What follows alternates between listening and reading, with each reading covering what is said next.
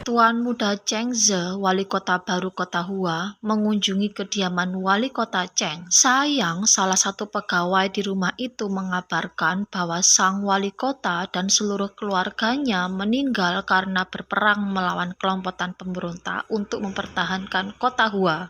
Kaisar Wen marah karena Zi Zheng, nama panggilan Jenderal Ling Puyi, tidak segera pulang untuk merawat luka di dadanya hingga menyebabkan luka itu terinfeksi. Dia khawatir kalau anak angkatnya itu meninggal sebelum dia memiliki keturunan. Jenderal Ling Puyi balik menjawab bahwa dia lebih baik tidak pulang selamanya kalau dia dipaksa menikahi Putri Wuchang. Kemudian di ruangan yang lain, Kaisar Wen menginterogasi dua asisten Jenderal Ling Puyi. Awalnya Kaisar mengira Jenderal Ling Puyi dilukai oleh Fan Cheng, ketua komplotan pemberontak, tapi ternyata luka itu didapat karena perihal lain dan dia menunda pengobatannya karena ingin menyelamatkan putri ketiga Jenderal Cheng Xi, yaitu Cheng Shaoshang. Dari sini, sang kaisar mulai tersadar akan satu hal. Atas perintah bibi ketiganya, Cheng Shaoshang dan Tuan Muda Lao Yao menengok keadaan Cheng Xiaoming, cucu Bupati Cheng yang masih selamat. Meski selamat, Tabib menjelaskan bahwa keadaan Xiao Miao sangat kritis karena pukulan yang didapatnya sangatlah keras hingga menyebabkan paru-parunya bengkak. Melihat kondisi Xiao Mao atau Nanan yang ditinggal pergi berperang oleh keluarganya, Cheng Shaoshang jadi terkenang akan masa kecilnya yang sering dibuli oleh teman-temannya karena ditinggal berperang oleh kedua orang tuanya.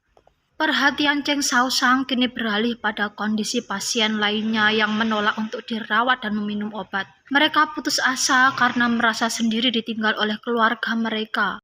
Sungguh miris Cheng Shaoshang melihat mereka. Dia marah. Dia katakan bahwa mereka selayaknya malu pada orang-orang yang berkorban nyawa untuk kehidupan mereka. Anak kecil macam Xiao Mao saja masih bersemangat untuk hidup. Kenapa mereka yang masih diberi keberuntungan malah tidak mau hidup? Mendengar ceramah Cheng Shaoshang, para pasien itu tergerak hati mereka. Mereka mau meminum obat mereka. Cheng Shaoshang menghitung dana kota yang masih tersisa. Sangat disayangkan dana yang ada sangat kurang untuk membangun kota Hua. Tuan Muda Lao Yao datang menawarkan bantuan dana dengan memberikan barang-barang berharga yang dibawanya. Ternyata hal ini memberikan ide pada Cheng Shaoshang. Dia mengusulkan pada paman ketiganya untuk mengadakan penggalangan dana dari para pejabat dan saudagar kaya kenalan paman ketiganya itu. Awalnya Tuan Muda Cheng Ze menolak ide Cheng Shaoshang ini, tapi karena Cheng Shaoshang terus memaksa, akhirnya dia mengiyakan juga idenya itu. Penggalangan dana itu ternyata berhasil dan ada satu orang yang memberikan donasi paling besar, tapi dia tidak bersedia menyebutkan identitasnya. Usut punya usut, pendonor dana terbesar itu tidak lain adalah Jenderal Ling Puyi. Pembangunan kota pun dimulai dengan arsitek utamanya adalah Cheng Shaoshang. Selama di kota Hua, kemana-mana Cheng Shaoshang terus didampingi oleh Tuan Muda Lao Yao.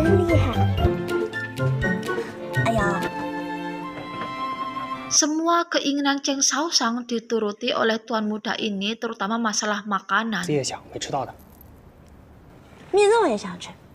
Dari sinilah kedekatan di antara keduanya mulai terbangun. Cheng Shaoshang mulai memanggil Tuan Muda Lao Yao dengan panggilan akrab Ayao. Sementara di istana, Kaisar Wen menerima laporan bahwa kota Hua sudah mulai pulih di bawah kepemimpinan Bupati Cheng Ze. Mendengar nama kota Hua, Kaisar Wen pun teringat akan cerita Lin Kuei-fei perihal hubungan Jenderal Ling Puyi dengan Cheng Shaoshang yang tidak lain adalah keponakan dari Bupati Cheng Ze. Dengan suara yang sengaja dikeras-keraskan agar Ling Puyi yang ada di belakangnya bisa mendengarnya, Kaisar Wen memerintahkan pegawainya agar mengirimkan surat penghargaan pada Bupati Cheng Ze. Jenderal Ling Puyi langsung bangkit dari tempat tidur begitu mendengar ada titah yang akan dikirim ke kota Hua. Dia langsung meminta Kaisar agar titah itu diberikan padanya saja.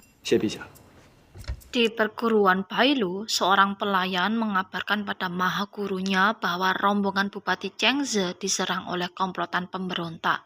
Sang Maha Guru jelas kaget karena dia khawatir terjadi sesuatu pada mantan tunangannya, yaitu Nyonya Sansun Hua yang tidak lain adalah istri Bupati Chengze. Yuan Sanjian yang merupakan murid Sang Maha Guru ikutan kaget karena ternyata wanita pujaannya Cheng Shaoshang juga ikut dalam rombongan itu. Dia benar-benar tidak habis pikir kenapa dari sekian banyak wanita di dunia ini, kenapa harus dia yang diserang. Benar-benar wanita yang tidak beruntung. Keduanya memutuskan untuk segera pergi ke kota Hua untuk melihat keadaan wanita pujaan mereka masing-masing. Semua warga kota Hua menyambut Jenderal Ling Puyi yang datang ke kota Hua untuk memberikan penghargaan pada Bupati Chengze karena telah berhasil membangun kota Hua kembali. Pada kesempatan itu juga, Bupati Chengze memimpin upacara penghormatan terakhir untuk Bupati Tua Cheng.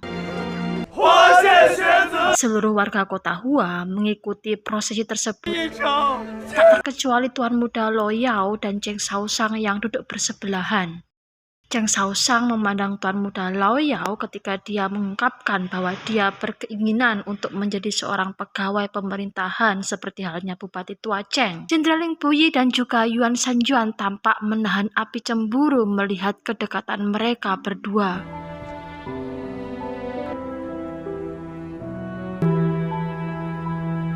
Malam harinya, Xiao Mao akhirnya menghembuskan nafas terakhirnya. Dan lagi-lagi Cheng Shaoshang merasa sangat terpukul. Saking sedihnya, di pemakaman Xiao Mao, Cheng Shaoshang memainkan seruling meski hujan turun deras. Alunan sedih seruling Cheng Shaoshang ini terdengar oleh Jenderal Ling Puyi yang kebetulan waktu itu berada di sekitar daerah itu. Segera dia berjalan menuju ke arahnya dengan membawakan sebuah payung.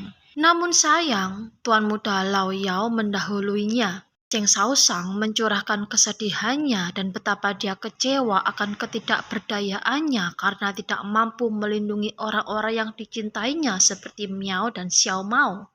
Melihat ini, Tuan Muda Lo Yao balik menyemangati Cheng Shaoshang. Dia katakan bahwa Cheng Shaoshang adalah gadis yang baik dan luar biasa. Dia sangat berguna bagi orang-orang di sekitarnya, termasuk dirinya. Oleh karenanya, dia ungkapkan bahwa dia ingin melindungi Cheng Shaoshang dan hidup bersamanya. Dia berjanji kelak apabila dia telah menjadi pegawai di pemerintahan, dia akan menciptakan kedamaian. Mendengar ini, Cheng Shaoshang merasa sangat terharu. Dia merasa ada orang yang senasib dan sepemikiran dengannya.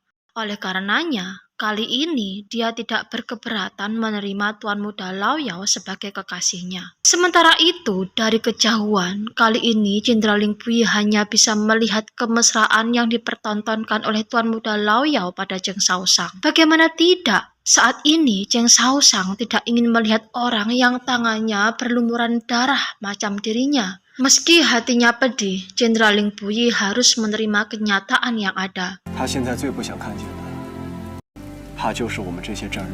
Tuan Muda Chengze bertanya pada Tuan Muda Lo Yao tentang keseriusannya untuk melamar Cheng Shaoshang. Tanpa ragu, Tuan Muda Lo Yao menjawab bahwa dia sangat mengagumi Cheng Shaoshang. Oleh karenanya, dia sangat yakin untuk menikahinya. Cheng Shaoshang sendiri di hadapan bibi ketiganya, Nyonya Sansun Hua, juga menyatakan bahwa dia sudah yakin untuk memilih Lo Yao sebagai pasangan hidupnya.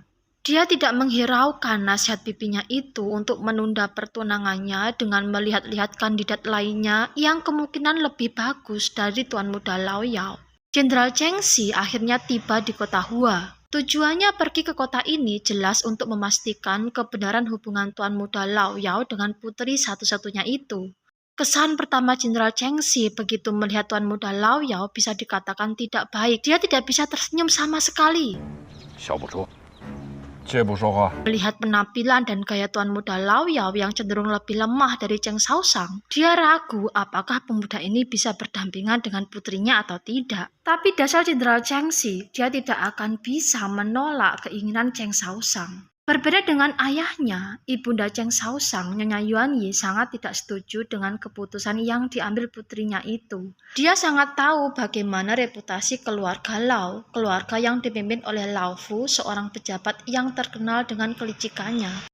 Sementara ayah Lao Yao sendiri sudah meninggal sehingga segala keputusan keluarganya akan diambil oleh paman dan bibinya itu. Dengan situasi keluarga yang seperti itu, Nyonya Yuanyi tidak yakin Cheng Shaoshang bisa bertahan di tengah keluarga Lao, mengingat status keluarga Cheng juga di bawah keluarga Lao. Nyonya Yuanyi memerintahkan Qin Chong untuk mengembalikan semua barang pemberian keluarga Lao, meski keputusannya ini ditentang oleh ibu mertuanya sendiri.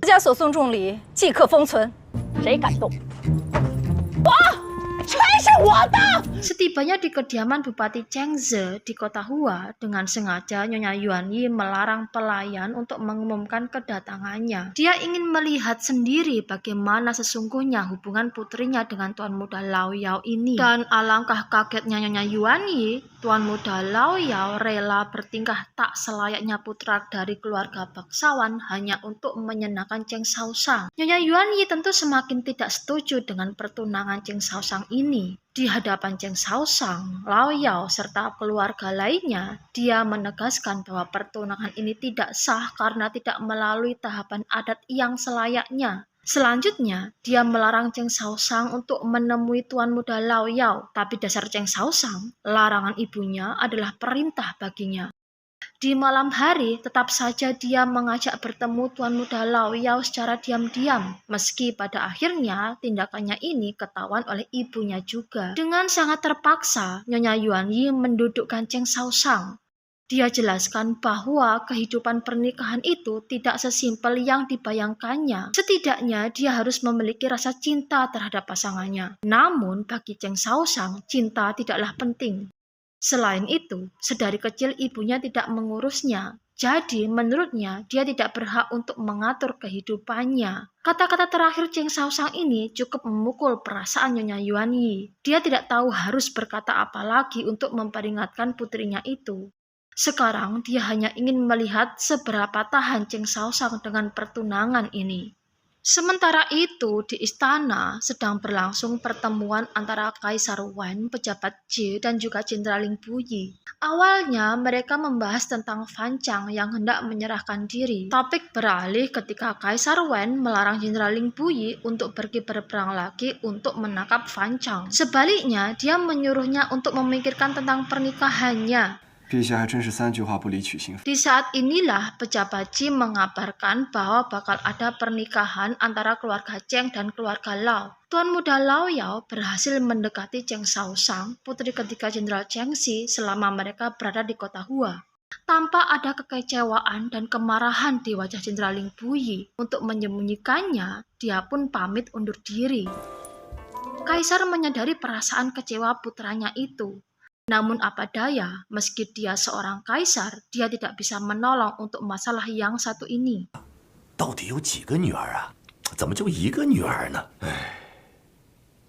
Lalu bagaimana kisah asmara Jenderal Ling Puyi? Apa yang akan dia lakukan untuk mendapatkan kembali cintanya?